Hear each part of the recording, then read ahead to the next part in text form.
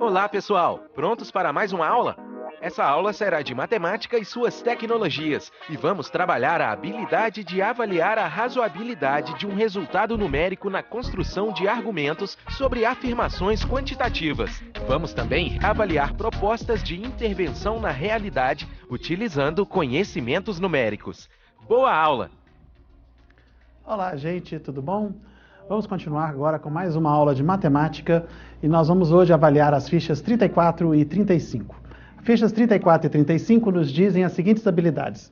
Habilidade 4, avaliar a razoabilidade de um resultado numérico na construção de argumentos sobre afirmações quantitativas. E avaliar propostas de intervenção na realidade utilizando conhecimentos numéricos. Então, o que nós vamos ver na aula de hoje seria como se fosse coroar a minha aula anterior. Na aula anterior nós falamos dos números MDC e MMC e agora nós vamos ver, antes era apenas resolver problemas. Agora o que nós vamos ter que fazer é avaliar a razonabilidade de argumentos. Eu vou ter que entender argumentos que serão feitos e que para entender esse tipo de argumento eu terei que fazer alguma conta, ter algum conhecimento numérico para resolver os problemas.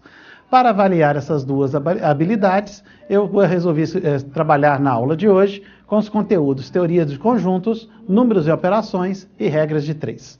Então, a partir desses 3 conteúdos, nós vamos trabalhar essas duas habilidades. Pode parecer muito duas habilidades numa aula só, mas elas são bastante semelhantes. Uma seria uma complementação da outra. Quando o Enem está elaborando suas questões, ele tenta ter, no máximo, uma habilidade em cada questão. Mas, às vezes, fica muito difícil de ter apenas uma. Em termos de conteúdo, o Enem não se preocupa. Uma mesma questão pode ter vários conteúdos. Então, pode ter MDC, função, fatoração, gráficos, pode acontecer vários conteúdos em uma mesma questão. Mas o que se espera de você é uma coisa só, é uma das 30 habilidades e que nós estamos trabalhando ao longo das nossas aulas. Vou começar com um probleminha. Eu tenho um problema, são vários dados, então vamos demorar um pouquinho nas telas para dar um tempinho para copiar pelo menos as informações mais importantes. Eu tenho 3 frutas que são consumidas por um grupo de 400 pessoas. Essas 3 frutas vão ser a laranja, a banana e a maçã. Dessas pessoas, eu afirmo que 185 consomem laranja, 125 consomem laranja e banana, 130 consomem banana e maçã, laranja, 100 consomem laranja, banana e maçã.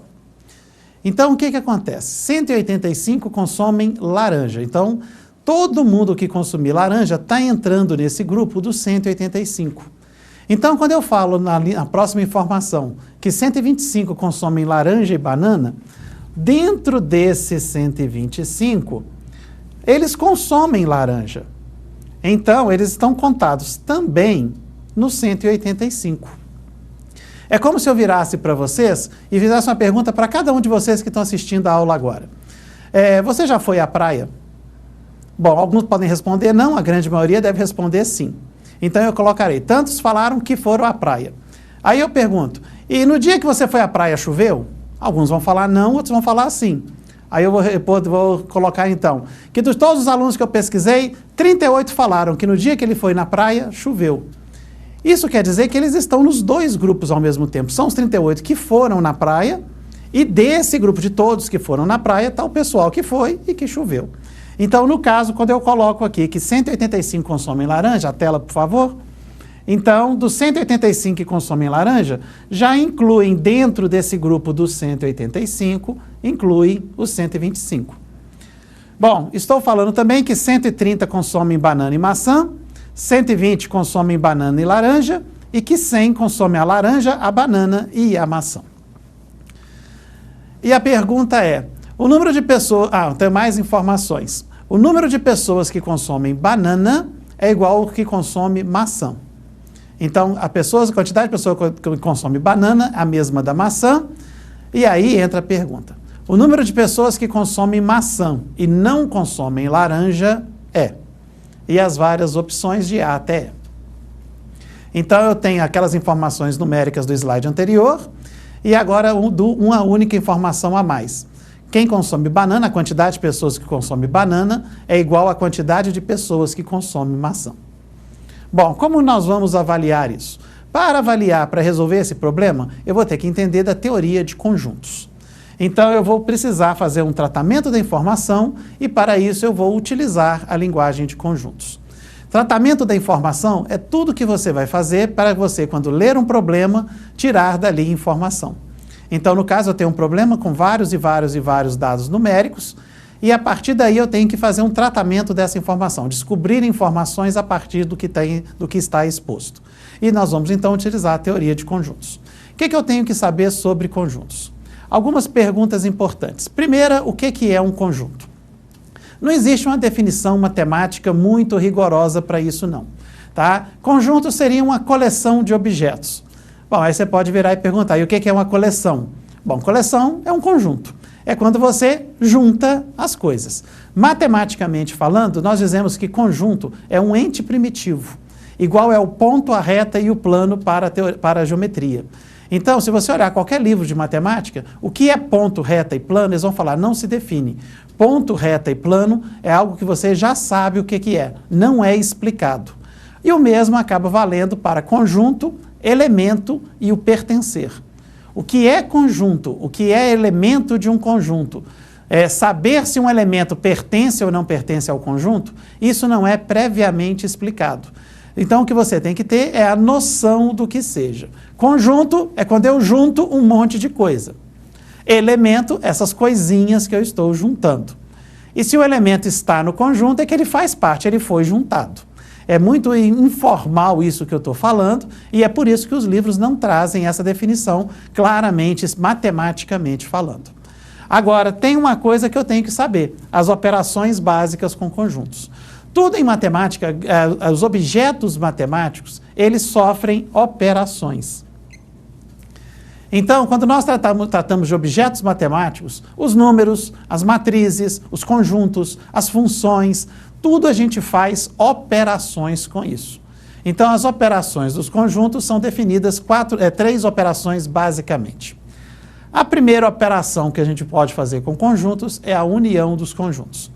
Então, eu vou dizer que um conjunto A união com um conjunto B é você pegar todos os elementos X, tal que ou X pertence a A, ou X pertence a B.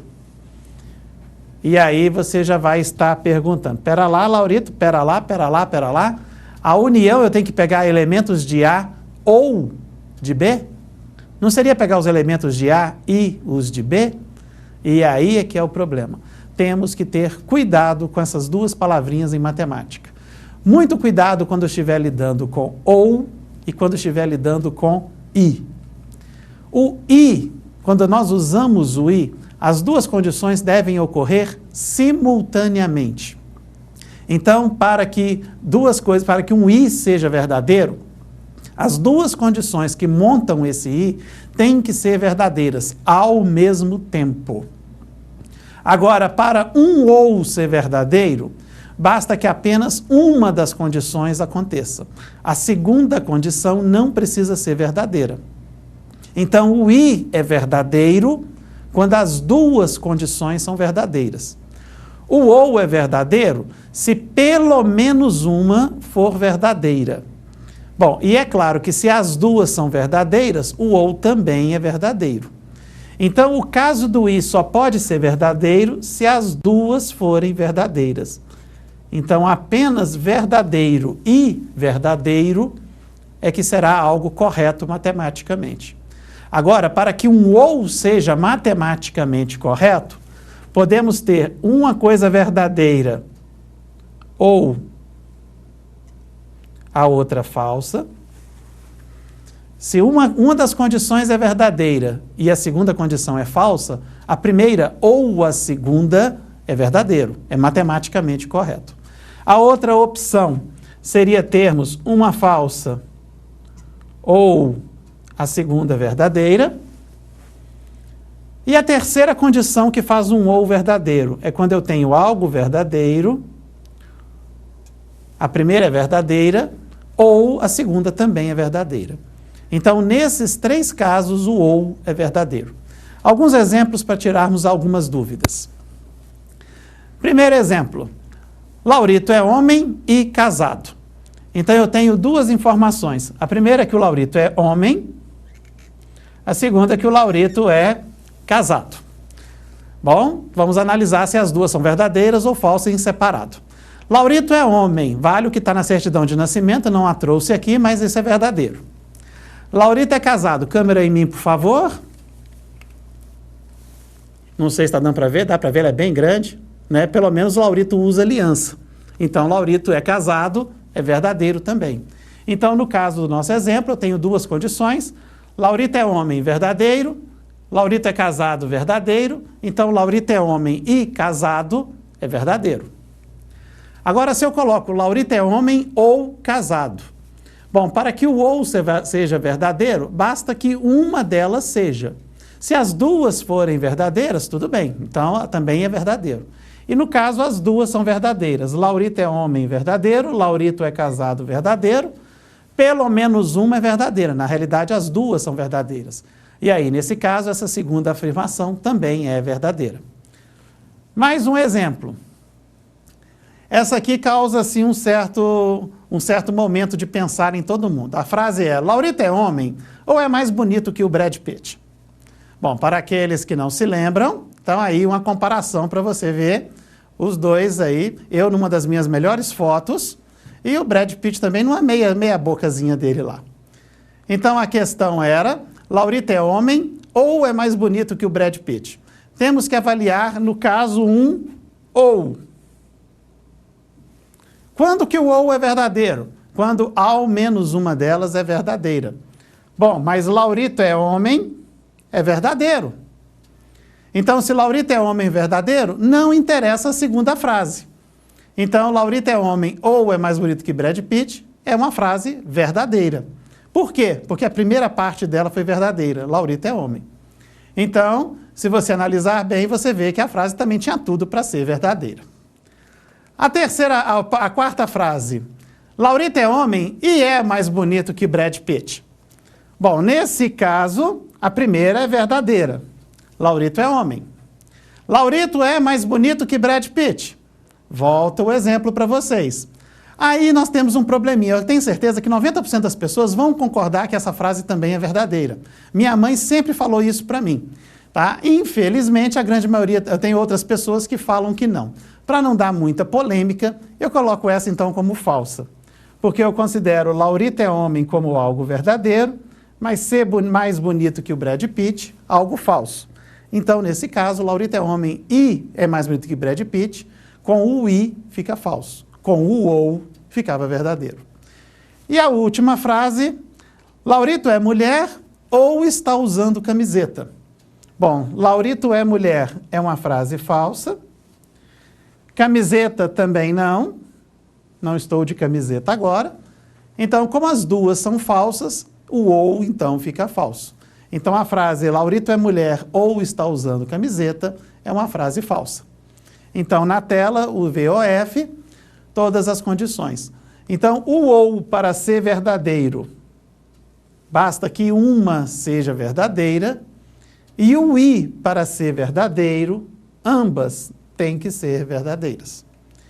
Voltando para a teoria de conjuntos, por que então que eu falo que a união, o elemento tem que pertencer a A ou pertencer a B? Porque para que um elemento vá para a união dos dois conjuntos, basta que uma seja verdadeira. Quando eu falo que um elemento está em A e está em B, eu estou dizendo que as duas coisas acontecem simultaneamente.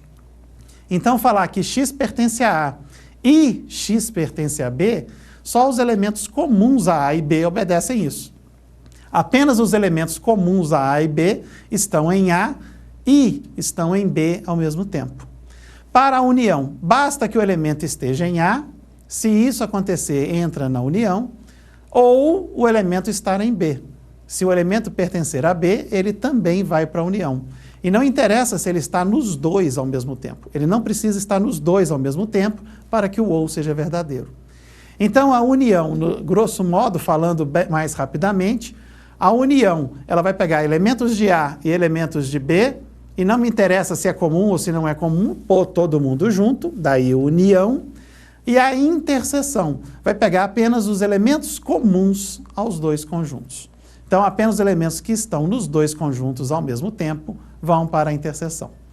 E existe ainda uma terceira operação, que é a diferença entre dois conjuntos. O que é a diferença entre dois conjuntos?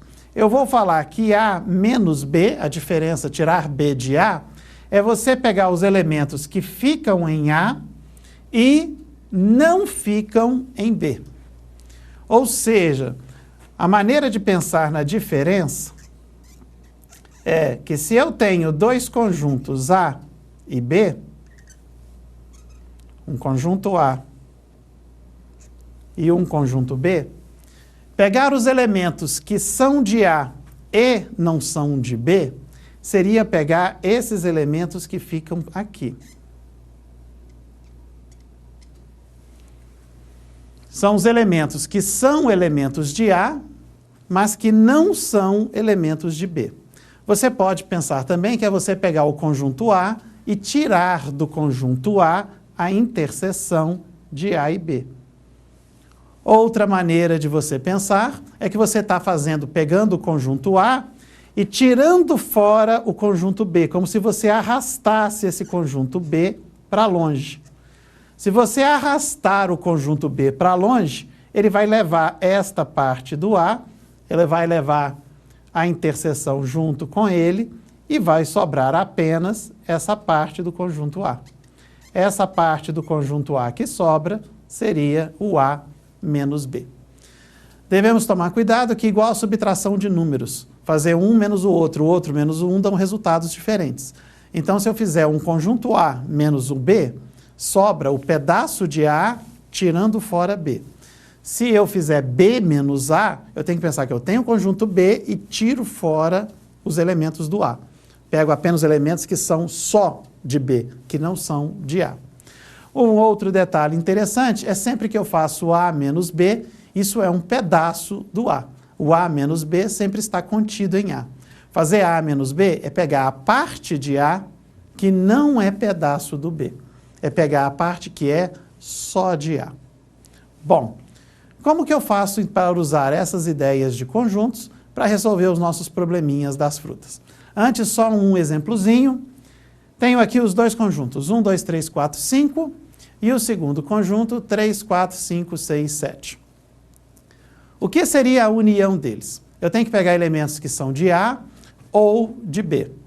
Então, o elemento 1, o número 1, é um elemento de A, mas o número 1 não é elemento do B.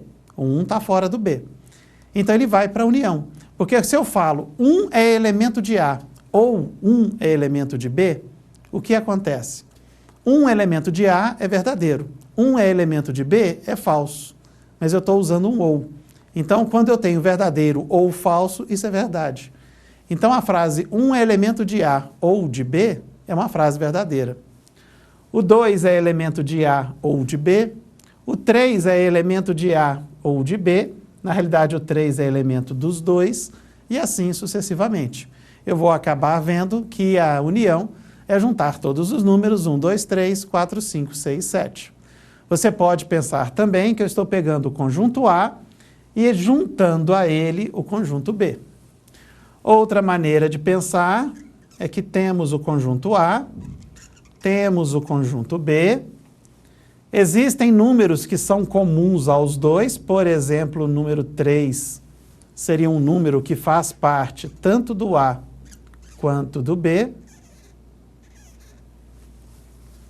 O número 3 faria parte tanto do A quanto do B, e fazer a união é pegar todo mundo que está em A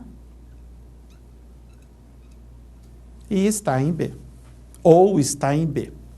Então, a união, pegar todos os elementos que formam os dois conjuntos.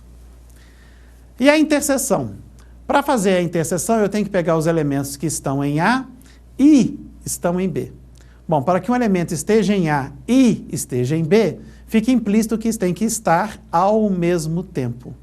Então, se eu analisar os meus conjuntos, o conjunto A, 1, 2, 3, 4, 5, o conjunto B, 3, 4, 5, 6, 7, o que está no A e no B ao mesmo tempo, simultaneamente? Então, é só fazer uma análise rápida, eu percebo que o 3, 4, 5 é o que está em A e está em B ao mesmo tempo. O 3 está nos dois, o 4 está nos dois, o 5 está nos dois. Laurita, eu poderia falar que era apenas o 3 e o 4? Não. Quando a gente fala de interseção, você tem que pegar todos os elementos que estão nos dois conjuntos ao mesmo tempo. E o que seria fazer a diferença dos dois conjuntos? A diferença dos dois conjuntos é você pegar os elementos de A que não estão em B. Então, fazer A menos B é pegar elementos que estão no A e não estão no B. Então, por exemplo, o número 3. O número 3 está no A. Ele é um dos elementos de A. Mas ele também está em B. Então, o número 3 é um elemento de A que não é de B? Falso. Agora, o número 1. O número 1 é um elemento de A. E o número 1 não está no B. Então, o número 1 tem que ir para a diferença. O número 1 tem que entrar no A menos B. A mesma coisa, o outro elemento que estaria nessa diferença é o número 2. É um elemento que está em A, mas não está em B. E nesse caso, o A menos B seria apenas esses dois elementos, seriam apenas os números 1 e 2. E o B menos A? Quando eu peço para você fazer o conjunto B menos o conjunto A, eu estou te pedindo para pegar então os elementos que são de B, mas que não são de A.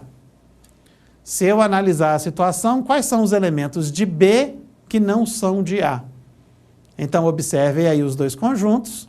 Então, eu estou perguntando por um número que está dentro do conjunto B, mas não pode fazer parte do conjunto A. E aí nós vamos ver que o B menos A seriam apenas os números 6 e 7. Então, eu tenho todos os conjuntos aqui. Eu tenho a união deles, a união, quando eu tomo tudo, tanto A quanto B, a interseção, que é quando eu tomo apenas o que é comum aos dois, o A menos B,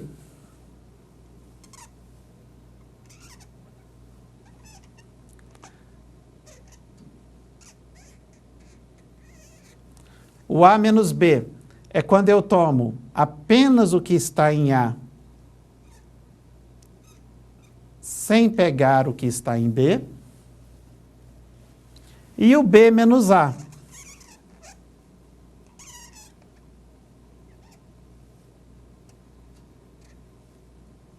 O B menos A, que é quando eu tomo apenas os que estão em B, sem pegar os que estão em A. Então, eu teria a união, a interseção, A menos B, este aqui é A menos B, e B menos A, o último. Então, essas são as operações básicas que a gente pode fazer com os conjuntos. E como usar conjuntos para resolver o nosso probleminha das frutas. Voltando ao nosso problema, se você não anotou os dados, sua última chance. Eu tenho um grupo de 400 pessoas que consomem 3 frutas, laranja, banana, maçã. 185 consomem laranja, 125 consomem laranja e banana, 130 consomem banana e maçã, 120 banana e laranja, 100 consomem laranja, banana e maçã. Quem consome banana é igual à quantidade de quem consome maçã. E a pergunta era, quantas pessoas consomem maçã e não consomem laranja? Como eu vou resolver isso? Eu vou tentar fazer 3 conjuntos. Eu vou montar um conjunto das pessoas que consomem laranja, o conjunto das pessoas que consomem banana e o conjunto das pessoas que consomem maçã. E vou lendo as informações, uma de cada vez, e tentar ver qual informação eu posso colocar nesse quadro, como que eu posso montando esse quadro para resolver o problema. Uma informação que eu destaco foi aquela: 100 pessoas consomem laranja, banana e maçã. Então, no caso dos três conjuntos, uma parte, o único pedaço aí da figura que faz parte dos 3 conjuntos ao mesmo tempo seria aqui. esse pedacinho faz parte do conjunto das laranjas, do conjunto das bananas e do conjunto das maçãs. Então, se 100 pessoas consomem as 3 frutas, quer dizer que ali dentro tem que ter 100 elementos. Eu não estou colocando ali o número 100, é que esse 100 está representando, é que haveria ali dentro 100 pessoas. Eu teria que colocar cada uma das pessoas ali dentro que consomem as 3 frutas. Segunda informação que foi passada. 120 pessoas consomem laranja e maçã. Então, o que eu tenho que observar antes de qualquer coisa é qual é a parte da figura que faz parte do conjunto laranja e faz parte do conjunto maçã. Então, se você observar a figura, é aquele pedacinho que está em destaque. Então, aquele pedacinho mostra as pessoas, eu teria que colocar ali todo mundo que consome laranja e maçã. O que eu tenho que chamar a atenção é que já tinham 100 que consumiam as 3 frutas. Então, eu tenho que colocar nessa região amarela 120 pessoas, que são as que consomem laranja e maçã. Mas eu já tenho 100 pessoas ali dentro.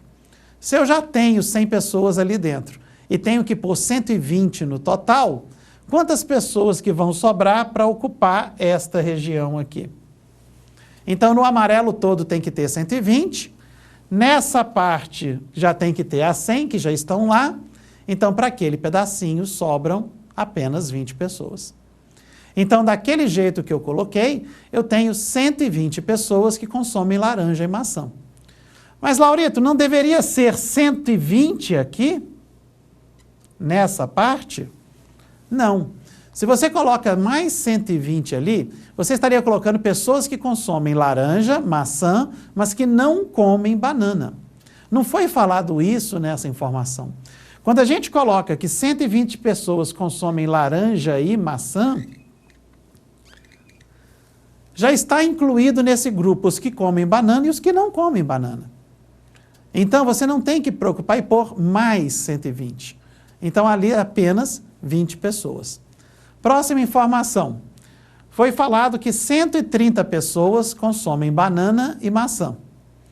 Se 130 pessoas consomem banana e maçã, onde nessa figura estão as pessoas que consomem banana e maçã? Seria a interseção desses dois conjuntos. A interseção dos conjuntos banana e maçã, aquela parte ali. Então, ali nessa parte amarela, em toda a parte amarela, tenho que colocar 130 pessoas. Observa que, de novo, já tenho 100. Se eu tenho que colocar 130 e já tenho 100, quantas pessoas sobram para vir para cá? É isso que você tem que se perguntar. Então, ali eu tenho que colocar 130, já coloquei 100, então, para aquele pedacinho, sobram 30 pessoas apenas. Próxima informação. 125 consomem laranja e banana. Então, mais uma vez, eu vou olhar a minha figura e procurar onde está a interseção de laranja e banana. A interseção de laranja e banana está aqui. Então, nessa parte, nesse pedacinho, eu tenho que ter 125 pessoas. De novo, já tenho 100.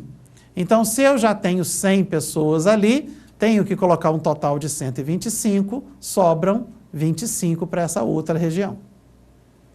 Então, a minha figura, por enquanto, eu já tenho 100 pessoas consumindo as 3 frutas, e mais 20, mais 30 e mais 25 que consomem 2 apenas.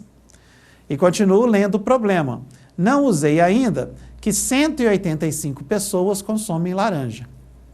Bom, onde estão as pessoas que consomem laranja? Onde eu tenho que colocar pessoas que consomem laranja? Consomem laranja é este conjunto. Então, dentro dessa região amarela, eu tenho que colocar 185 pessoas. Quantas pessoas já estão? Eu já tenho 100 aqui, já tenho 20 aqui, já tenho 25 aqui. Então, eu tenho, até agora, 145 pessoas aí dentro. Então, para essa parte vão poder entrar quantas pessoas? Você tem que ter um total de 185 na região. E eu já tenho 145, para aquela parte sobram apenas 40. Observa do jeito que eu acabei de colocar a figura como ela está agora. se está obedecendo àquela frase. Eu estou falando na frase que 185 pessoas consomem laranja. E é isso que está aparecendo. Eu tenho 40 aqui, mais 25, mais 100, mais 20. Então, eu tenho as 185 pessoas que consomem laranja. Bom, as informações que foram dadas, por enquanto, foram apenas essas, as operações numéricas. Então, não foram dadas informações sobre quantas pessoas ficam aqui, nem sobre quantas pessoas devem ficar aqui. Bom, se são duas grandezas desconhecidas, eu vou e chamo de x e y. Então, eu tenho que achar quantas pessoas ficam aqui, quantas pessoas ficam aqui. E como que eu vou usar para descobrir x e y? Usando as duas informações que eu não usei ainda. A primeira informação é que 3 frutas são consumidas pelas 400 pessoas, então eu tenho que ter um total de 400 pessoas. E a outra informação que eu não usei é que a quantidade de pessoas que consomem banana é igual à quantidade que consome maçã. Bom, primeira informação, se as 3 frutas são consumidas por 400 pessoas, isso significa que se eu somar todos, inclusive o x e o y, tem que dar 400. Então, se eu fizer x mais 30, mais y, mais 25, mais 100, mais 20, mais o 40, a soma de todos eles tem que dar 400. Então, eu junto isso tudo, o 40 com o 25, com o 100, com o 20, com o 30, com o x, com o y, tem que dar 400. Fazendo as operações, eu tenho que 215 mais x mais y é 400, ou seja, que o x mais y é 185. Então, a primeira coisa que eu fiz foi simplesmente essa adição toda, virou 215, e esse 215 foi passado para o outro lado, entrou aqui como 400 menos 215, daí resultando o 185. A segunda informação, a quantidade de pessoas que consomem banana é igual à quantidade de pessoas que consomem maçã. Bom, quem consome banana está ali naquela região amarela. Quem consome banana, então, são x mais 25, mais 100, mais 30. Quem consome maçã está nessa outra região. 100 mais 30 mais 20 mais y. Então, o que está falando é que quem está aqui é igual a quem está cá. A quantidade de pessoas que eu tenho aqui, nessa primeira região, é igual à quantidade de pessoas que eu tenho na segunda região. Então, eu posso falar que se eu somar o x com 25, com 100, com 30, é a mesma coisa que eu somar o 100 com 30, com 20, com y. Ou seja, fazendo essas operações, o x com 25, com 100, com 30 é igual ao 100 mais 30 mais 20 mais y. O 100 dos dois lados da igualdade eu posso cancelar. O 30 dos dois lados da igualdade eu posso cancelar. Então, fica que x mais 25 é igual a 20 mais y. Posso trazer o y para o primeiro lado da equação. Mais y vai para lá, menos y. E posso trazer o 25 para o segundo lado. Como ele está somando, ele vai para o outro lado da equação subtraindo. Vai ficar 20 menos 25, o menos 5.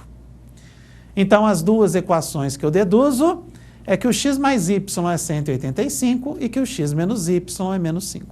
Então, eu tenho um belo e lindo sisteminha para resolver. Sistema de duas equações a duas variáveis. Esse sistema está meio fácil de ser resolvido, basta que eu pegue as duas equações e as some.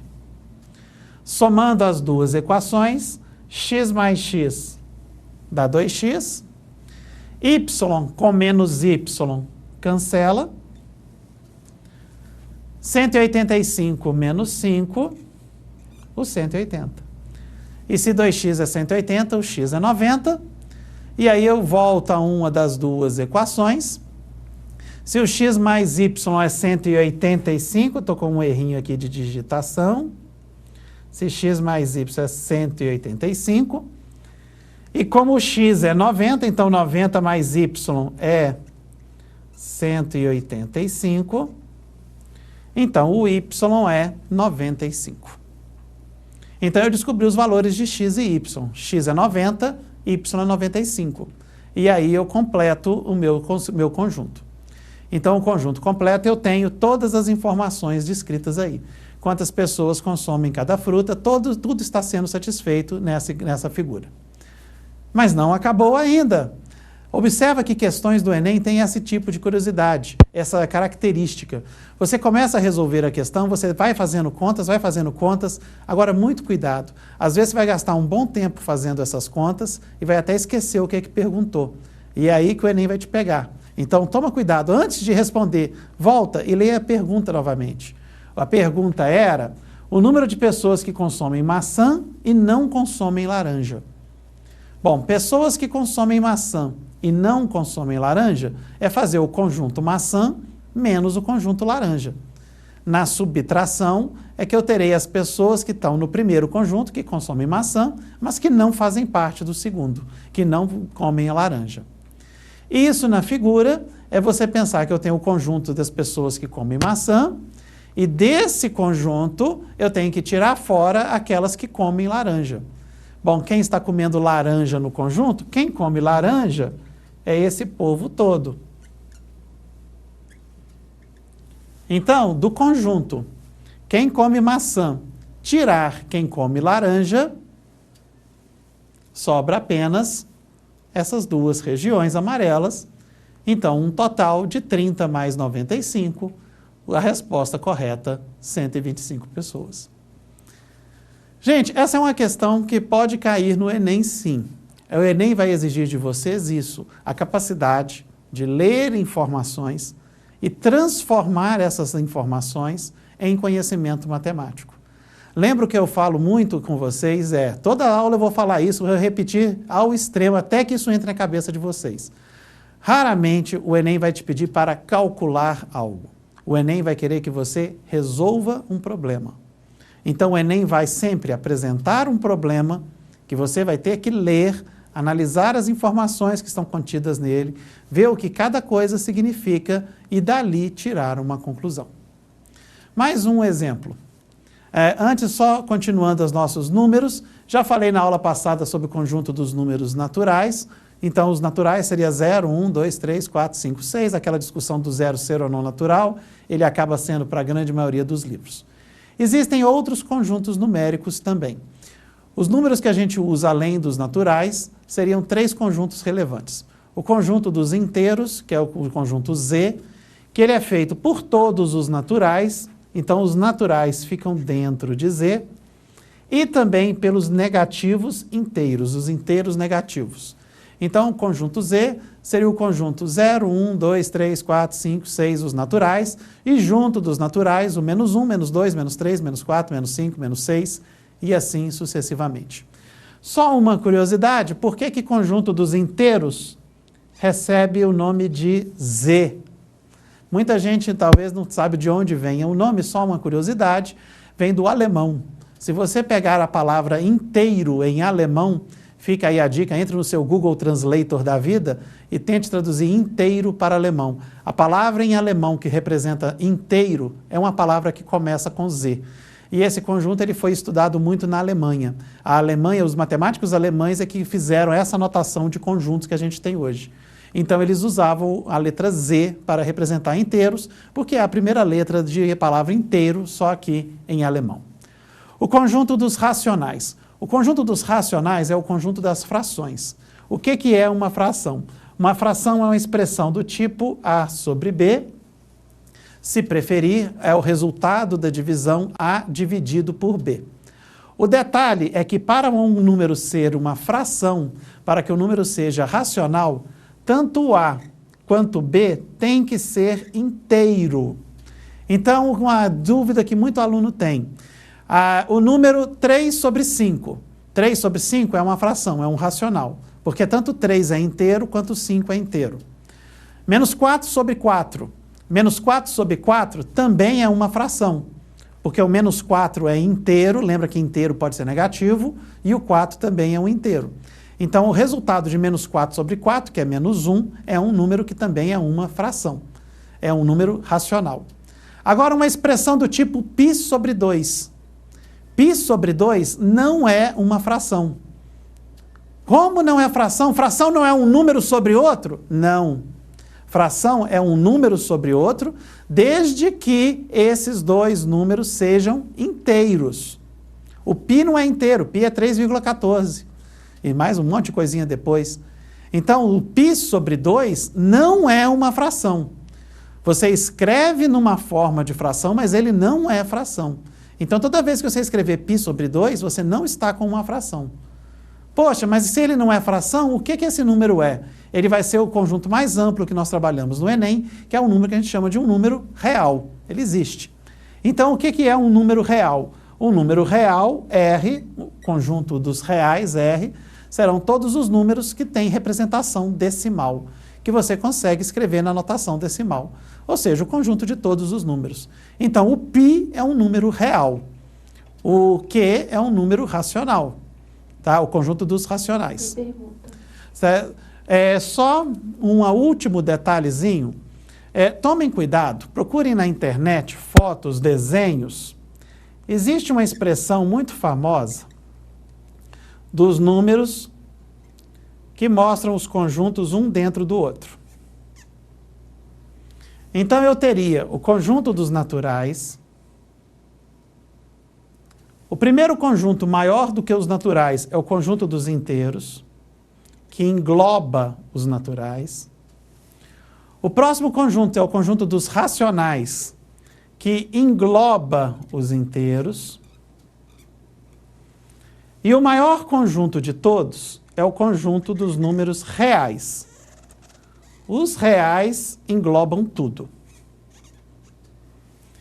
O detalhe é, se esse pedaço é o que você está chamando de racional, se é isso aqui que você chama de racional, o resto dos reais que não são racionais, ou seja, essa moldura que eu teria aqui na minha figura, a moldura toda, essa moldura é que seriam os números irracionais. O que é um número irracional? É aquele número que é real, mas que não é fração. Então, quando você tem uma fração, você pode escrever vários números como fração. 1/2, 1/3, 5/7, 9/18, 9/37, vários números são frações.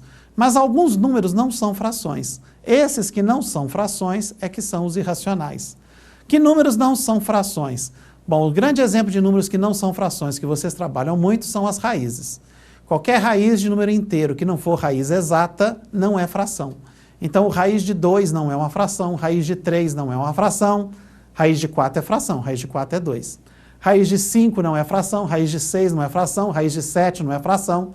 Então, toda raiz, se não der resultado exato, em geral, elas não são frações. E, além disso, os outros dois números que vocês trabalham muito, que não são frações, é o número π, que a gente usa na circunferência, e o número e, que é o 2,7, que é usado para os logaritmos. Parece que temos alguma pergunta? Chegou uma perguntinha para nós? Diego está nos mandando uma pergunta lá de Ipatinga, da Unidade Educacional de Ipatinga. Professor, há como ganhar tempo nessa questão e fazê-la sem os desenhos?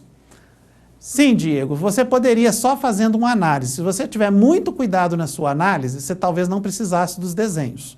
Tá? Mas você acabaria fazendo uma análise, a questão dos conjuntos. Você teria que fazer uma análise muito meticulosa e ter muito contato, muito cuidado sobre o que você está deduzindo.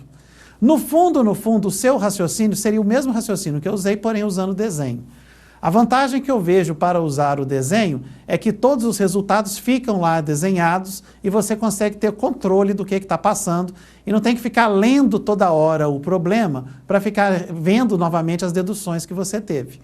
Ou seja, quando eu tive a primeira coisa que eu usei, que 100 consumiam as 3 frutas, que 120 só consumiam 2, eu teria que escrever, então apenas 20 consomem essa e essa, sem consumir a terceira. Se eu escrevo isso, eu consigo resolver o problema. Tá? Então, mas acontece que eu tenho que ficar relendo isso toda hora que eu precisar disso novamente. Então, não digo que é impossível, mas acaba não sendo prático. Eu gastei muito tempo explicando que eu fui fazendo o passo a passo.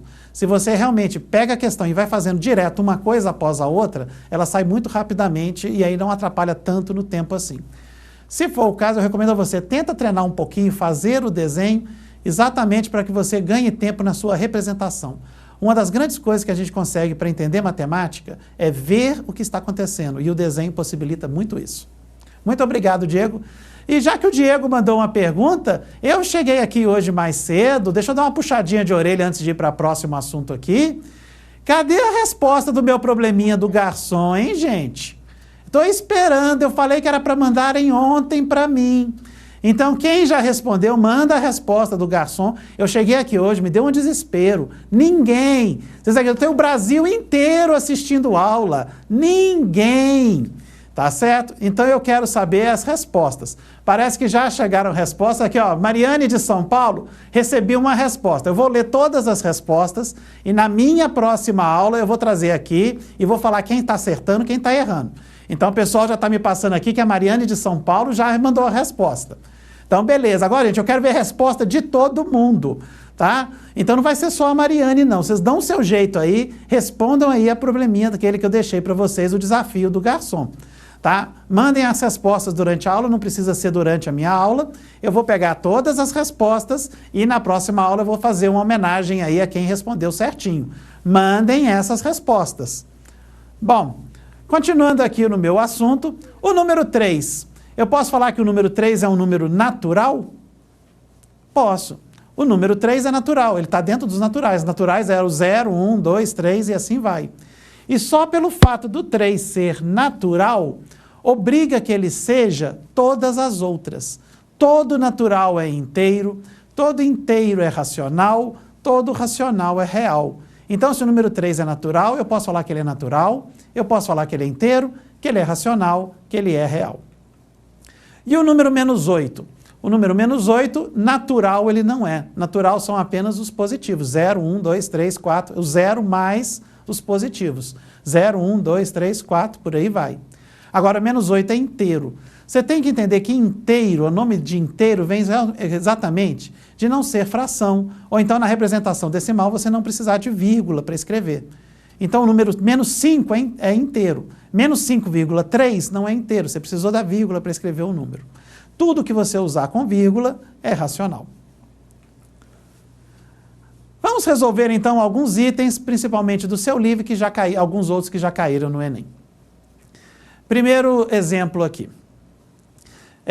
Você que perguntou, Gustavo, se eu tenho que fazer o desenho, observa bem o seguinte, eu vou resolver mais uma vez esse exercício aí usando um desenho. Não há necessidade, depois posso até falar como não usar o desenho, mas o problema é onde você vai ficar mantendo essas informações. O desenho ajuda a representar. O exercício que eu tenho é, a Secretaria Municipal de Educação de uma determinada cidade oferece aos professores da rede pública um adicional no salário de acordo com o rendimento dos alunos da sua escola no ano anterior. Então, eu tenho a escola e os professores vão ganhar o que o professor mais gosta de ganhar. Um adicional no salário, vai ganhar mais. E esse adicional só vai depender de uma coisa, rendimento dos alunos. Bom, como é calculado isso? Calcula-se o percentual de alunos da escola que foram aprovados em matemática e português. Então, eu tenho que saber o percentual de alunos que foram aprovados em matemática, apareceu a palavrinha mágica. E em português. Então, se está usando o I, tem que usar os que foram aprovados em matemática e português ao mesmo tempo. Os que foram aprovados em matemática e português simultaneamente. Então, eu vou ter que calcular qual a porcentagem de alunos que foram aprovados nas duas disciplinas simultaneamente e, a partir dessa aprovação, eu vou ver como fica o bônus. Se forem aprovados de 0 a 20%, não tem bônus. Se foi de 20% a 40%, é bônus de 10% no salário, de 40% a 60%, bônus de 20% no salário, e assim sucessivamente, até que se forem aprovados de 80% a 100%, bônus de 40% no salário. Então, eu vou ter que saber qual a porcentagem de alunos que foram aprovados nas duas disciplinas português e matemática ao mesmo tempo, e a partir daí calcular o bônus. E uma escola apresentou o seguinte resultado em certo ano. Dos 200 alunos da escola, 120 passaram em matemática, 40 passaram em português e 40 não passaram em nenhuma das duas. Então, os professores dessa escola, com esse resultado de 200 alunos, 120 terem passado em matemática, 100 em português e 40 em nenhuma das duas, os professores poderão, e aí vem as opções. A. Não receberam os bônus, porque o percentual de alunos foi de 10%. Receberam o bônus só de 10%, porque o percentual foi de 30%. Receberam bônus de 20%, porque o percentual foi de 50%. Receberam bônus de 30%, porque o percentual foi de 60%. Ou receberam bônus de 40%, porque o percentual foi de 90%. Bom, como eu vou resolver o problema? O que eu tenho? Os 200 alunos da escola, 40 não passaram em nenhuma das duas disciplinas. Então eu vou pensar a minha escola, que eu estou chamando ali de total, e vou montar dois conjuntos, o conjunto matemática e o conjunto português. O que foi falado é que 40 não passaram em nenhuma das duas disciplinas. Então 40 ficaram aqui de fora. Não passaram nem em matemática, nem em português. Bom, 120 passaram em matemática. Se 120 passaram em matemática, significa que aqui, nesta parte da figura, dentro do conjunto matemática, tem que ter um total de 120 pessoas. Mas a escola tem 200 alunos. Foi uma informação. Como é que estão esses 200 alunos? Os 200 alunos da escola, eu já tenho 40 aqui fora, que não passaram em nenhuma das duas, e 120 estão aqui na matemática, nessa área que eu estou pintando de vermelho. Poxa, se tem 200 alunos, 40 ficam do lado de fora, 120 ficam aqui dentro, quanto que sobra para essa região? Essa regiãozinha que eu estou pintando. Bom, 200 alunos. Se 40 sobram por fora, ficam de fora dos dois conjuntos, sobram 160 para ficar lá dentro. Dos 160, 120 ficam aqui.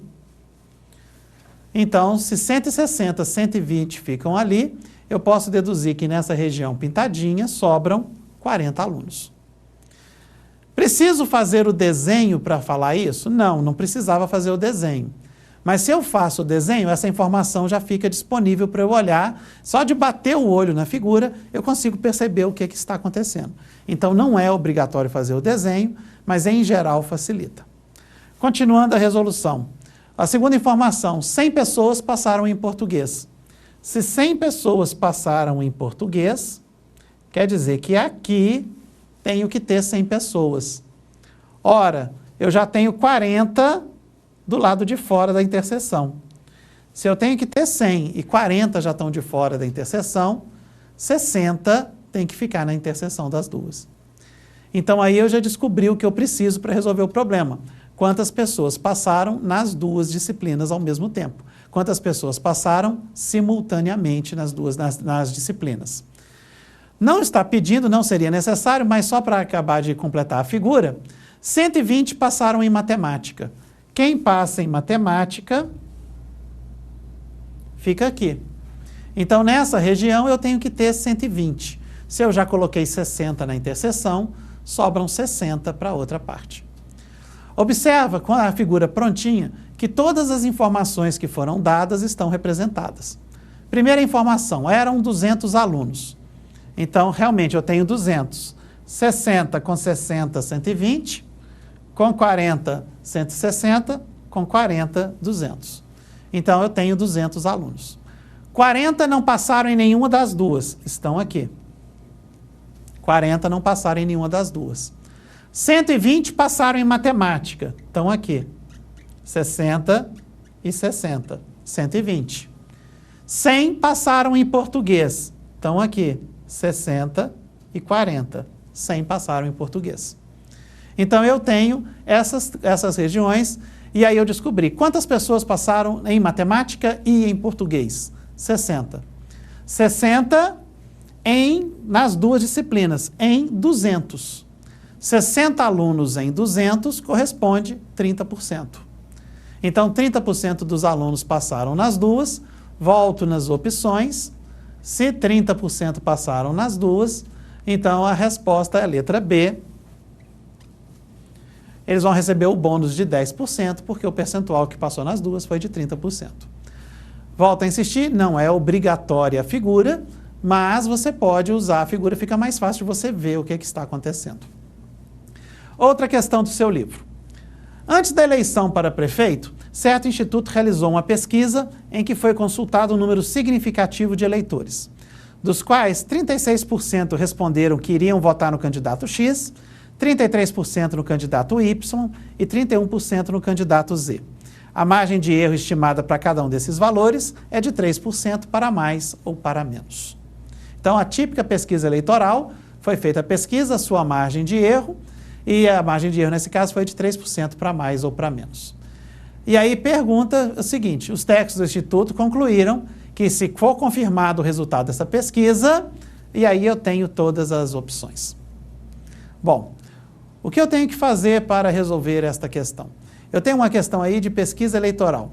O Enem pode cobrar de vocês alguns assuntos que não são específicos da matemática, mas que são considerados de conhecimento geral. Então, eles podem pedir de vocês análises de situações que são situações cotidianas, situações rotineiras. E daí você tem que ter a ideia do que é aquilo que está acontecendo, como é o funcionamento. No caso dessa pesquisa eleitoral, eu estou aí com a margem de erro. O que acontece? O que significa falar que um candidato teve 36% das intenções de votos? Quer dizer que naquela amostra das pessoas que eu entrevistei, 36% disseram que votariam nele. O que quer dizer que há uma margem de erro de 3% para mais ou para menos? Significa o seguinte, se você perguntar para alguma pessoa que faz pesquisa, desculpa para mim qual a porcentagem de votos do candidato X, ele vai te falar 36%. E aí você responde para ele, você garante que se a eleição fosse realmente hoje, daria 36%? Ele vai falar não. Daria perto de 36%. Perto quanto? A margem de erro. Então, a margem de erro, ela significa isso.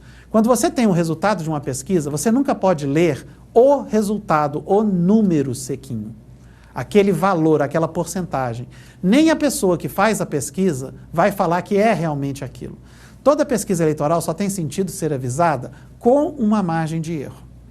E no caso, 36% com margem de erro de 3% para mais ou para menos, significa então que o candidato X, não é que se a eleição fosse hoje, ele teria 36%. Ele teria algum resultado entre 36 menos 3, 36 mais 3. Então, se a pesquisa fosse hoje, se a eleição fosse hoje, a votação do candidato X não seria exatamente 36%. O que a pesquisa diz é que o resultado do candidato X seria de 33 a 39%. Quanto de 33 a 39? Não se sabe. Ele pode ficar com 33,0001%, como pode ficar com 38,9999%. Ele pode ficar com 33%. Ele pode ficar com 39%.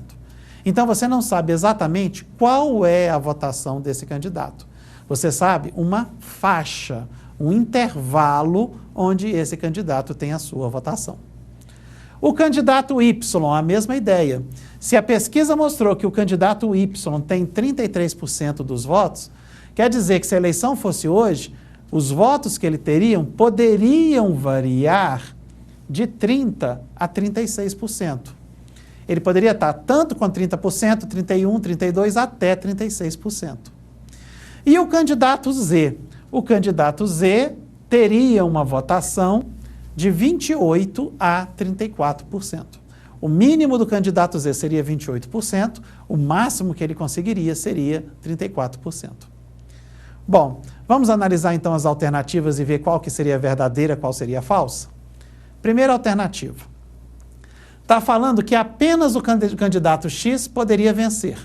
E nesse caso, ele teria 39% do total dos votos. Bom, vamos observar. Eu estou falando que apenas o X pode vencer? Não.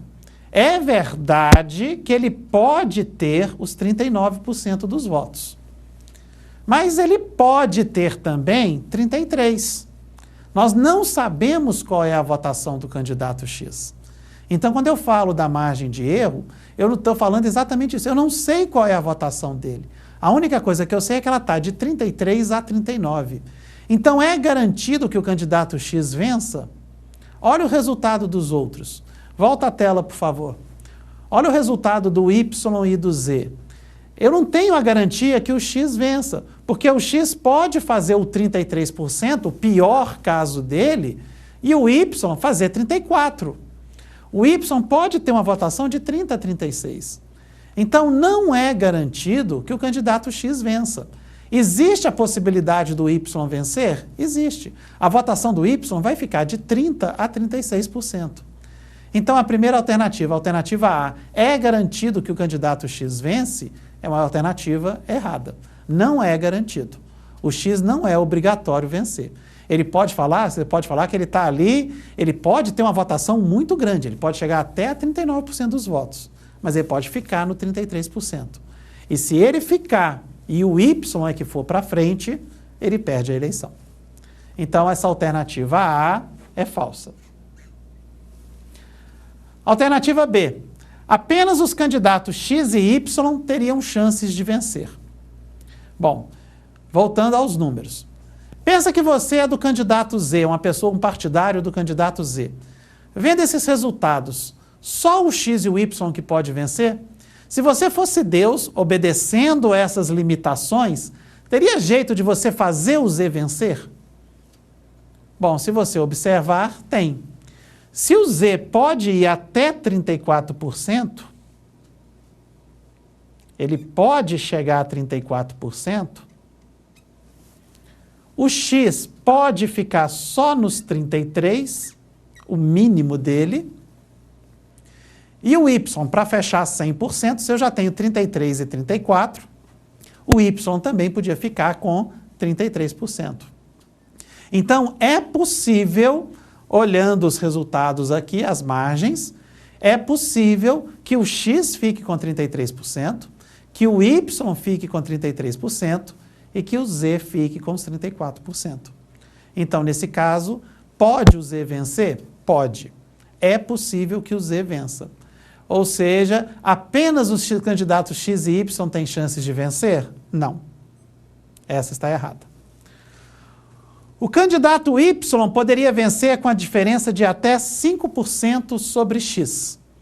Então, agora vamos pensar que nós estamos defendendo o Y. Eu quero deixar o Y o máximo à frente possível do X.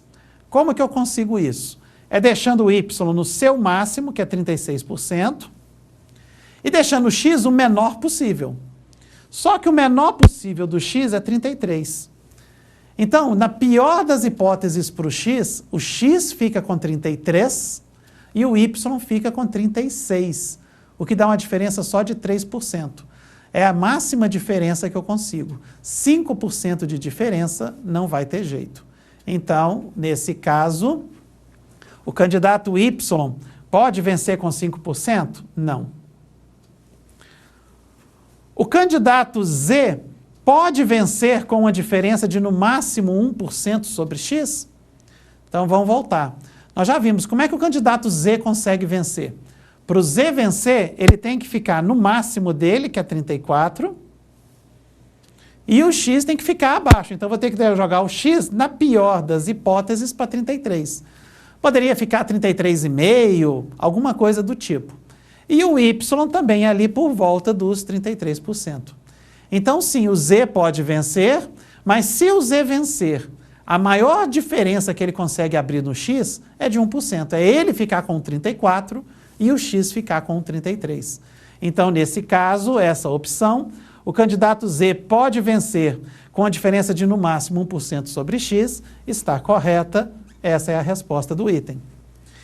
E a última, só para fechar a análise, o candidato Z poderia vencer com a diferença de até 5% sobre X, sobre Y? Bom, qual é a diferença máxima que o Z consegue abrir do Y? É se o Z ficar no 34% e o Y ficar no 30%. Então, o máximo que o Z abriria seria 4%, então seria de novo uma alternativa falsa, a letra E.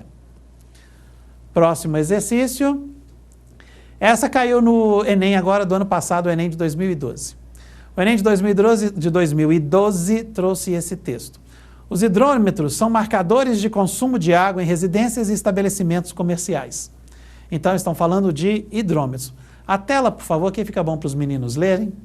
Então, eu tenho os hidrômetros, são aqueles aparelhinhos que a gente marca quanto de água que a gente consome.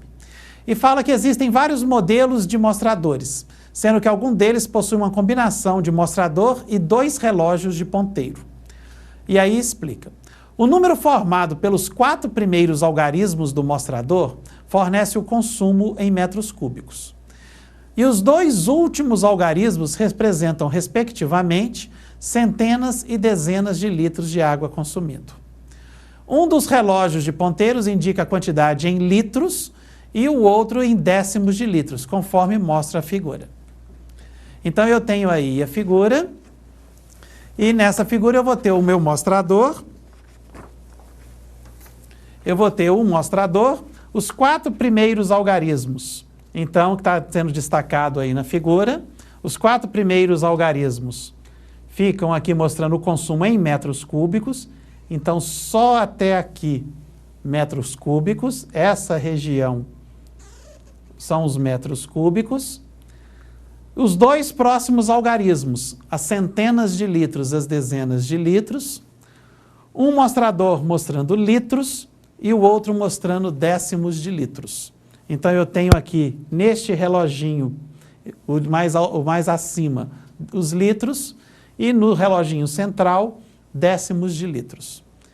Bom, e a questão é, considerando essas informações, qual é o consumo de água que está representado nesse hidrômetro? Então, essa leitura aí, quanto de água que está aí? Gente, a questão do Enem foi só isso, era você olhar números e daí tirar alguma conclusão. Vou deixar aí na tela para você o hidrômetro, 1 minutinho para vocês pensarem e me falarem qual que é o consumo de litros que está representado aí. 1 minutinho de cronômetro.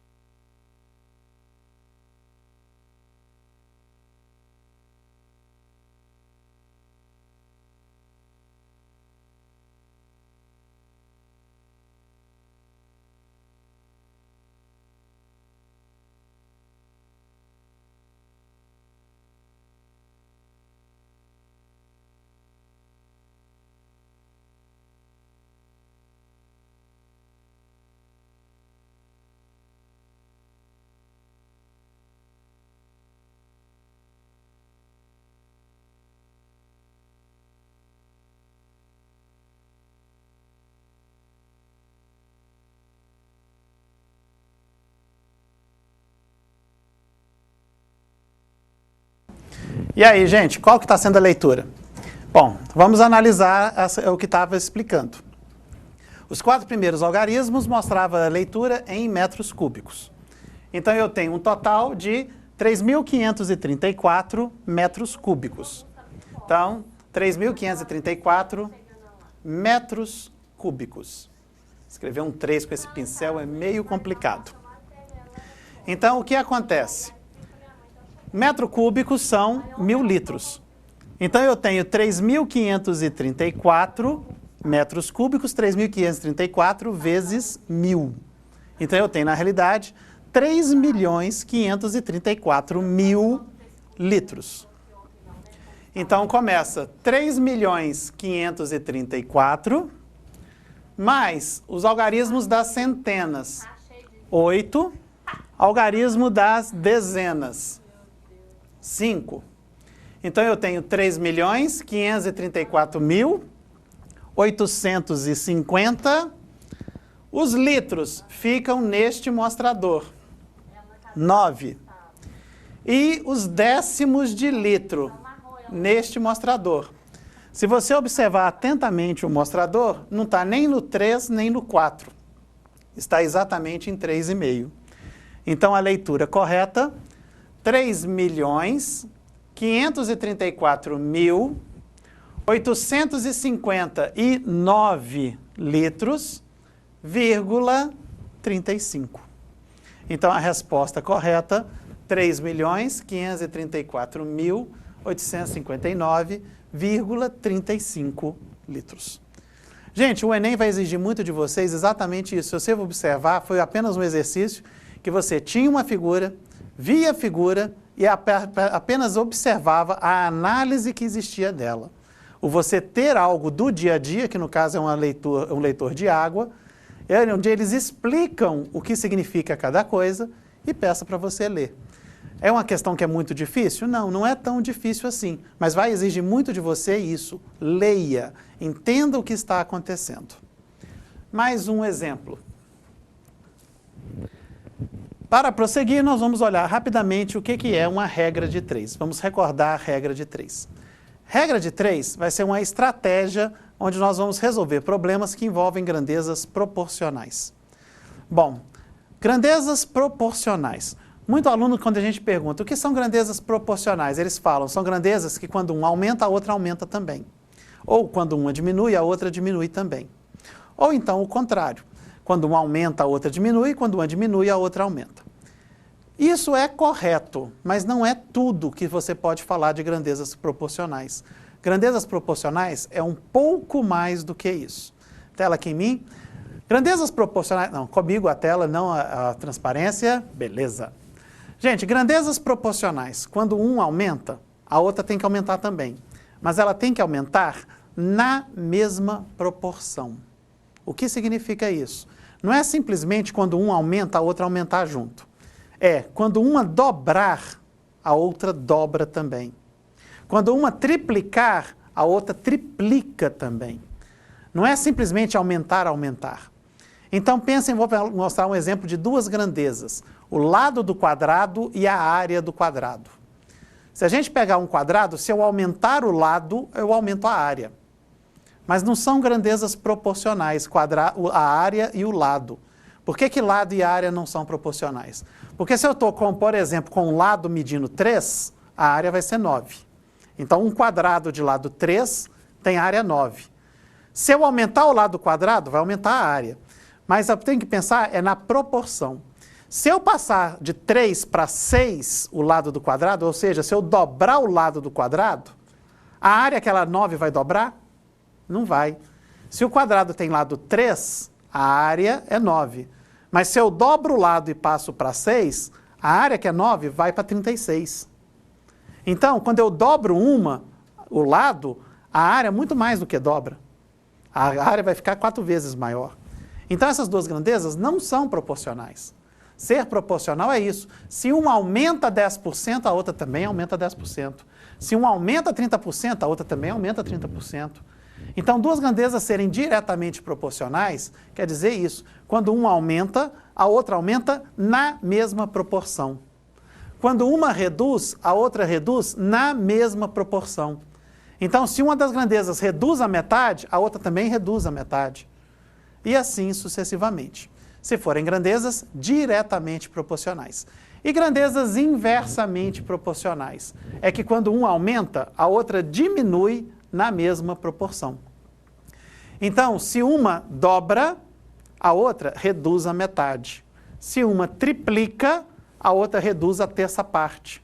Se uma fica 4 vezes maior, a outra fica 4 vezes menor.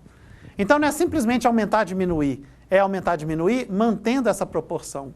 O que uma aumenta é o que a outra diminui. Então, se uma ficar 10 vezes maior, a outra vai ficar 10 vezes menor. Então, se uma multiplicar por 10, a outra divide por 10. Isso é que seriam grandezas inversamente proporcionais. Bom, as regras de 3, elas podem ser de 2 tipos, ou regras de 3 simples, ou regras de 3 compostas.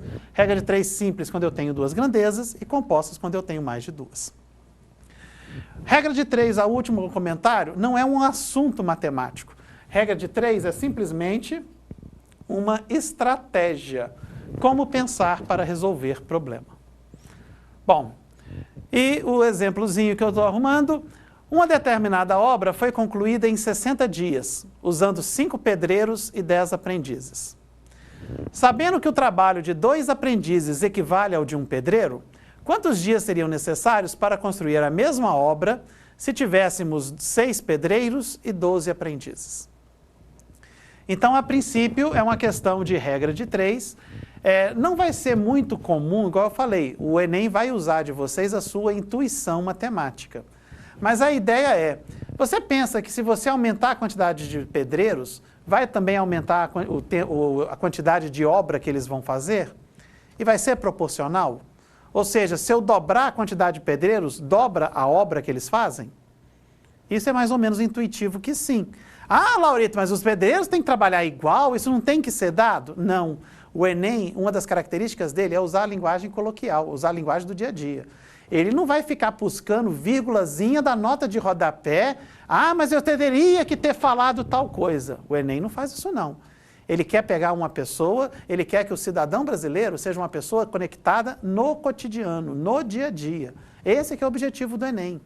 Então ele não vai ficar dando aqueles dados que são aquilo que todo mundo fala, mas que para dar precisão matemática ao exercício. Isso não existe. Então aqui fica mais ou menos na intuição da pessoa ela perceber que as grandezas são proporcionais. Bom, como eu vou resolver o problema?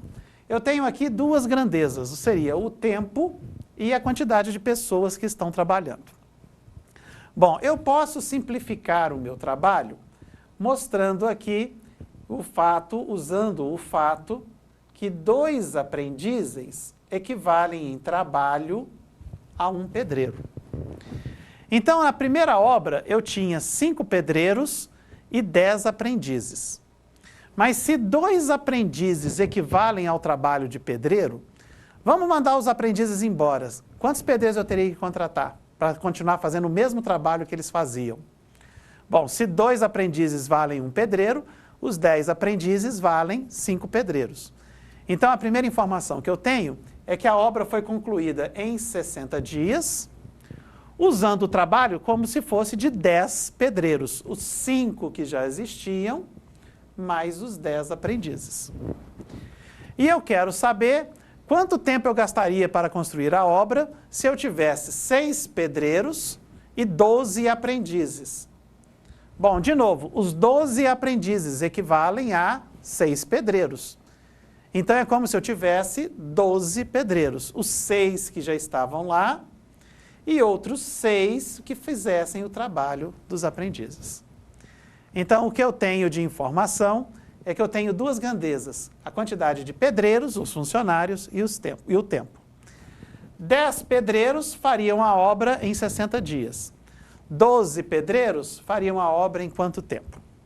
E o que eu tenho que avaliar, que seriam essas setinhas que eu coloquei, é se as grandezas são diretamente proporcionais ou inversamente proporcionais.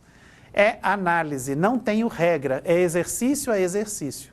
Não tem jeito de você simplesmente olhar e ver se é grandeza diretamente proporcional ou inversa, tem que avaliar.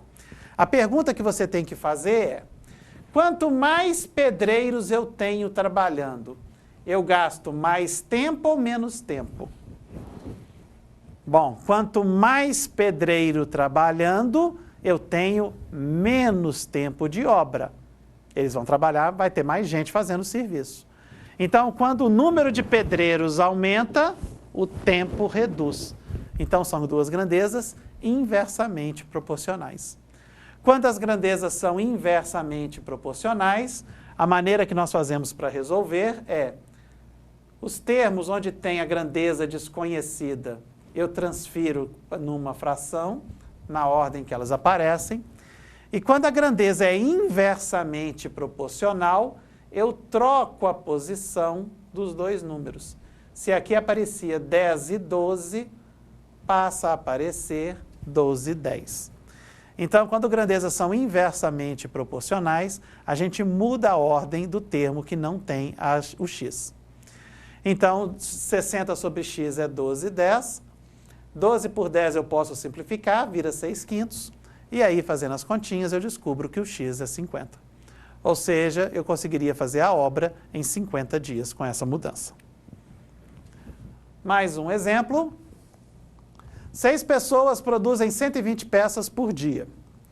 Substituindo 3 delas por 2 com o dobro da eficiência, a produção passará a ser de N peças. N será igual a... Bom, então eu tenho 6 pessoas produzindo 120 peças. Vou trocar 3 por 2 com o dobro da eficiência. Então, eu vou substituir, trocando 3 por 2 com o dobro da eficiência. 2 com o dobro da eficiência é como se eu contratasse 4 das originais. Então, eu vou substituir 3 por 4. E substituindo 3 por 4, eram 6 empregados, eu substituo 3 por 4. Então, é como se passassem a ser 7 empregados. E se eu tinha uma produção de 120 com 6, qual vai ser a produção N com 7? Bom, vou ter que analisar. As grandezas são diretamente proporcionais ou inversamente proporcionais? Então, eu tenho que me perguntar, para aumentar a produção, mantendo todo o resto constante, para aumentar a produção, o que eu tenho que fazer com o número de empregados? Eu tenho que aumentar ou diminuir? Para aumentar a produção, eu tenho que aumentar a quantidade de empregados. Você pode perguntar o contrário também. Se eu aumentar a quantidade de empregados, o que acontece com a produção? Se eu aumento a quantidade de empregados, aumenta a produção. Nesse caso, as duas grandezas são diretamente proporcionais. Quando elas são diretamente proporcionais, eu monto a igualdade, trazendo as duas na ordem que elas estão aparecendo. Então, grandezas diretamente aparecem, as inversamente proporcionais eu troco a ordem. E daí eu faço a continha, 120 sobre N é 6/7, que eu posso fazer as contas, o N seria 140. Então, se eu fizer a alteração que foi sugerida, eu passo a produção de 120 para 140. Mais uma questão que está na sua apostila. Uma cooperativa de colheita propôs a um fazendeiro um contrato de trabalho nos seguintes termos. A cooperativa forneceria 12 trabalhadores e 4 máquinas, em um regime de trabalho de 6 horas diárias, capazes de colher 20 hectares de milho por dia, ao custo de R$10 por trabalhador e R$1.000 pelo aluguel da máquina. Então, eu tenho a cooperativa, vai fornecer 12 trabalhadores e 4 máquinas. 12 trabalhadores e 4 máquinas. Trabalhando 6 horas por dia, podem colher 20 hectares de milho ao dia. Bom, preço disso, R$10 por trabalhador, R$1.000 por máquina. Essa questão aí é de matemática, mas daria uma boa questão para vocês discutirem em história. Tá? Por que o preço do trabalhador é 10 e de uma máquina é 1.000? Olha a diferença no valor. Bom, mas isso é para o professor de história. Então, 12 trabalhadores, 4 máquinas, 6 horas diárias, colhem 20 hectares nesses preços. R$10 o trabalhador, R$1.000 a máquina. Continua. O fazendeiro argumentou que fecharia o contrato se a cooperativa colhesse 180 hectares de milho em 6 dias, com gasto inferior a R$25 mil. Para atender às exigências desse fazendeiro e supondo que o ritmo do trabalho seja constante, o que a cooperativa deverá fazer? Bom, e as opções? Manter a proposta, pôr mais 4 máquinas, pôr mais 6 trabalhadores, aumentar a jornada de trabalho ou reduzir o valor do aluguel de uma máquina. Bom, vamos avaliar. Quanto que está sendo oferecido pela cooperativa? A cooperativa está falando que vai fazer em 6 dias, o fazendeiro quer em 6 dias. Quanto que a cooperativa ofereceu? Ofereceu 12 trabalhadores, 4 máquinas. 12 trabalhadores a R$10 cada um, 4 máquinas a R$1.000 cada uma, eu faço essa continha. 12 vezes 10, R$120, 4 vezes 1.000, R$4.000, multiplicado pelos 6, a cooperativa estava oferecendo um custo de R$24.720, dentro do que o fazendeiro estava disposto a pagar. Só que para a cooperativa, ela conseguia recolher 20 hectares por dia. 20 hectares por dia, como o fazendeiro queria em 6 dias, dão apenas 120 hectares. Lembra, o fazendeiro tem 180 hectares. Bom, então o que eu tenho que fazer é aumentar o quanto que esse pessoal vai trabalhar por dia, de 20 passar para 80. Vamos voltar nas alternativas e ver as opções. Letra A, manter a proposta. Mantendo a proposta, vai ser colhido 180 hectares? Não. Mantendo a proposta, vão ser colhidos 120. Manter a proposta não resolve. Está falso. Oferecer 4 máquinas a mais. O que oferecer as máquinas vai causar? Tudo bem, ao oferecer as máquinas vai dar um aumento na produção. Vai se colher mais rápido, vai conseguir manter o tempo. Observa que o nosso problema é mantendo 6 dias que o fazendeiro quer, mantendo 6 dias que o fazendeiro quer, colher os 180 hectares. Nos 6 dias só estão colhendo 120. O problema é que se eu aumentar a quantidade de máquinas, a máquina tem o aluguel de R$1.000. E nesse caso, eu vou extrapolar o preço de 25 mil. Então não resolve. Por mais máquinas, não resolve. Por mais trabalhadores, a mesma questão. Por mais trabalhadores, aumenta a quantidade de trabalhadores, então aumenta, passa dos 25 mil. Não resolve. Aumentar a jornada de trabalho para 9 horas. Bom, eles estão trabalhando 6 horas por dia. Passar para 9 horas é dar um aumento de 50% na quantidade de trabalho, de tempo trabalhado. Então, o que acontece? Passar de 6 para 9 horas é aumentar 50%. Então, essa que é a resposta. O que a cooperativa pode propor é que seus trabalhadores continuem recebendo aqueles R$10, só que ao invés de trabalhar 6, passem a trabalhar 9 horas. Parece que nós temos mais alguma pergunta. Na tela, a perguntinha, por favor. A turma de Primavera do Leste, no Mato Grosso, pergunta se eu posso explicar novamente os exercícios de regra de 3. Perfeitamente. Então, eu vou explicar novamente e vou encerrar já a aula, que nós já estamos no finalzinho. Primeiro exercício. O primeiro exercício que nós temos é o seguinte.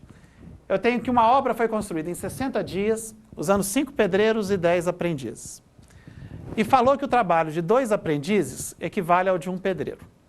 Bom, essa informação, o trabalho de 2 aprendizes equivale ao de um pedreiro, ele está sendo dado para simplificar o meu raciocínio. Eu não vou precisar trabalhar com tempo, pedreiro, aprendiz. Então, o que eu vou pensar, a maneira que eu estou sugerindo a vocês, é leia o enunciado do problema se tem esses atalhos de raciocínio. O Enem, vamos só observar o seguinte. O Enem, ele é um exame que você tem tempo para resolver a questão. E você não tem muito tempo. O dia da prova de matemática, você vai ter que fazer prova de matemática, de língua portuguesa e uma redação. Não é tanto tempo assim. Você deve ter por volta de 4 minutos para resolver cada uma das questões. São 45 questões de matemática, 45 questões de línguas, envolvendo língua portuguesa, literatura, inglês e uma língua estrangeira, mais uma redação. Então, o que acontece? Você tem que começar a pensar estratégias de como resolver rapidamente os problemas. E é isso que o Enem está valorizando. O Enem quer medir se você é capaz de raciocinar, não é de ser capaz de fazer conta, não é de aplicar a fórmula. Então, o que o Enem usa muitas vezes é isso. Ele vai exigir de você o seguinte: será que esse cara consegue ver e pensar rápido? É isso que o Enem está querendo de você. Bom, e no nosso exemplo, eu tenho a questão do aprendiz. Falou que 2 aprendizes fazem o mesmo trabalho de um pedreiro. Então, eu estou pensando em desconsiderar os aprendizes. Como? A primeira obra tinha 10 aprendizes. A obra foi feita com 5 pedreiros e 10 aprendizes. Então, eu vou desconsiderar os aprendizes, mas eu tenho que ver o que eles trabalharam. Então, o que eu estou fazendo? Se 2 aprendizes equivalem a um pedreiro, os 10 aprendizes equivaliam a 5 pedreiros. Então, o trabalho dessa obra foi feito pelos 5 pedreiros que já estavam lá e por os 10 aprendizes, que era como se fossem outros 5 pedreiros. Então, a obra foi feita como se fosse feita por 10 pedreiros. E ignoramos os aprendizes. A mesma coisa, a segunda alternativa. Falou que quer passar a obra com 6 pedreiros e 12 aprendizes. Bom, se a obra é para ser feita por 6 pedreiros e 12 aprendizes, vamos pensar os 12 aprendizes. Cada 2 deles valem por um pedreiro. Então, se são 12, é como se fossem outros 6 pedreiros. Então, eu tenho os 6 pedreiros que já existiam e os aprendizes que valem como se fossem mais 6 pedreiros. Então, a minha obra foi feita no início como se fossem por 10 pedreiros e depois como se fossem por 12. E voltando. Eu tenho a questão da regra de 3. Só esta tela, por favor, só a tela. Obrigado. Eu tenho 2 grandezas a considerar. Os pedreiros que estão trabalhando na obra, descontada essa questão dos aprendizes, e o tempo de obra. Essas são as grandezas. A primeira informação foi colocada na primeira linha. 10 pedreiros fazem a obra em 60 dias. A segunda informação foi colocada na segunda linha. Em quanto tempo 12 pedreiros fazem a obra? Ou seja, o meu x aí é a variável. Eu quero saber esse x. Qual é o tempo que eu gasto para fazer a obra? É esse x que eu estou perguntando. É isso que é o que a questão está pedindo. Então, se 10 pedreiros fazem em 60 dias, a primeira informação está na primeira linha, quanto tempo a obra seria feita pelos 12 pedreiros? E aí eu tenho que analisar as 2 grandezas, pedreiros e tempo. Essas são diretamente proporcionais ou inversamente proporcionais. Como é que você vai responder isso? Se eu aumentar uma delas, o que acontece com a outra? Então, se eu aumentar a quantidade de pedreiros que estão trabalhando, o que acontece com o tempo de obra? O tempo de obra reduz. Então, nesse caso, se quando uma aumenta a outra reduz, elas são grandezas inversamente proporcionais. Como que eu resolvo o problema matematicamente? Eu pego pelas colunas que eu montei. A primeira coluna tinha os números 60 e x. Então, eu monto a fração 60 sobre x. A segunda coluna tinha os números 10 e 12. Como as grandezas foram inversamente proporcionais, eu monto uma fração com esses números ao contrário, o inverso. Então, como eram 10 e 12, eu faço 12 e 10. E aí eu tenho que resolver esta equação. 60 está para x, assim como 12 está para 10. E esse foi o exercício que eu resolvi, descobrindo a resposta. X 50 dias. A segunda, a ideia foi a mesma. Eu tinha uma produção de 120, feita por 6 empregados. E perguntava qual seria a produção com 7 empregados. Então, a primeira informação montou a primeira linha. A produção de 120 foi feita por 6 empregados. Qual é a produção com 7 empregados? E nesse caso, as grandezas são diretamente proporcionais. Para a produção aumentar, você tem que aumentar a quantidade de empregado. Se você aumenta a quantidade de empregado, aumenta a produção. Então, como foi diretamente proporcional, eu pego os dois números que montavam produção, que era 120 e n, e monto a fração 120 sobre n. 6 e 7, como são diretamente proporcionais, eu não altero a ordem. Então, quando é inversamente proporcionais, altera a ordem, diretamente proporcionais, mantém essa ordem. Então, eu monto a equação, 120 está para n, como 6 está para 7. E aí eu descubro o valor do n. Gente, muito obrigado pela companhia de vocês, espero ter ajudado bastante. Façam lá as atividades. Vou deixar para vocês aqui no nosso finalzinho, uma introdução, 2 links que vocês podem olhar, para vocês assistirem um videozinho também do YouTube, um vídeo rapidinho, muito legal. Anotem, por favor, esses 2 endereços da internet, façam aí no fim de semana e me mandem a resposta do probleminha do garçom. Eu quero começar a minha próxima aula falando do problema do garçom com vocês, mostrando as respostas que vocês me mandaram. Tá certo? Vou esperar a resposta, vou deixar aí na tela esses 2 links. Por favor, anotem, deem uma olhadinha nesses 2 sites e lembrem da nossa aula. Muito obrigado pela companhia e até a próxima oportunidade.